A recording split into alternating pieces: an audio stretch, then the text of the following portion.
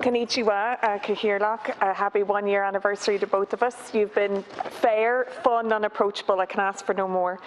So, Leader, this morning I want to raise Farmley Estate. Farmley Estate has 78 acres at the edge of Phoenix Park, and the houses accommodates dignitaries when they come to visit, but the grounds are open to the public. Last year I was able to convince the OPW to extend their opening hours from the usual 10 a.m. To open the gates in the morning, and 5 p.m. Last entrance, 6 p.m. closing their gates. I was able to get them to extend those because of COVID, because we're working from home and stuck at home, and our outdoor spaces have never been more important. But, Leader, our outdoor spaces are still really important and are going to remain really important. So I'm asking the OPW to facilitate that the gates of Farmley are kept open as part of our outdoor summer again this year, and maybe even going forward. And since May I've been working on this. I'm facing some resistance from the officials in the OPW, so I've now raised it with the Minister for OPW and the Department of the Taoiseach, because they are a stakeholder. So I am hoping that there can be some movement on that. I know there are issues in relation to rotas and security, but those things can be overcome. The other thing I want to say is it's welcome news for people that have been planning their weddings for July, that they are able to go ahead with 50.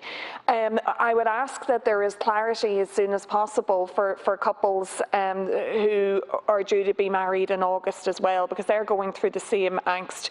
But I completely recognise that it's a very worrying morning for the hospitality sector, who are bearing the brunt of restrictions.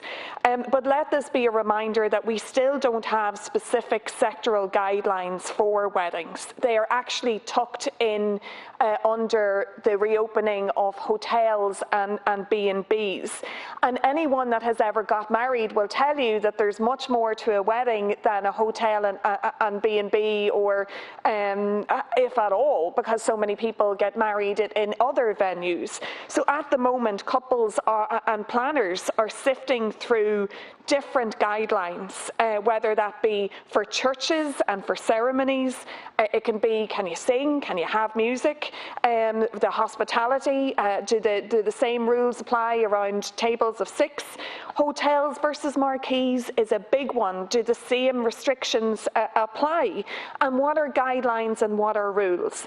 And I can tell you now, from talking to people, there is variance in their interpretation of the rules. And given the precarious position that we are in, given that weddings today are getting the green light for July, that this is one day in people's lives, this needs clarity, because the last thing anybody wants is that a wedding can turn into a super spreader event, and that could have a knock-on effect for all the other couples and for all the other suppliers that are dependent on these events. Thank you.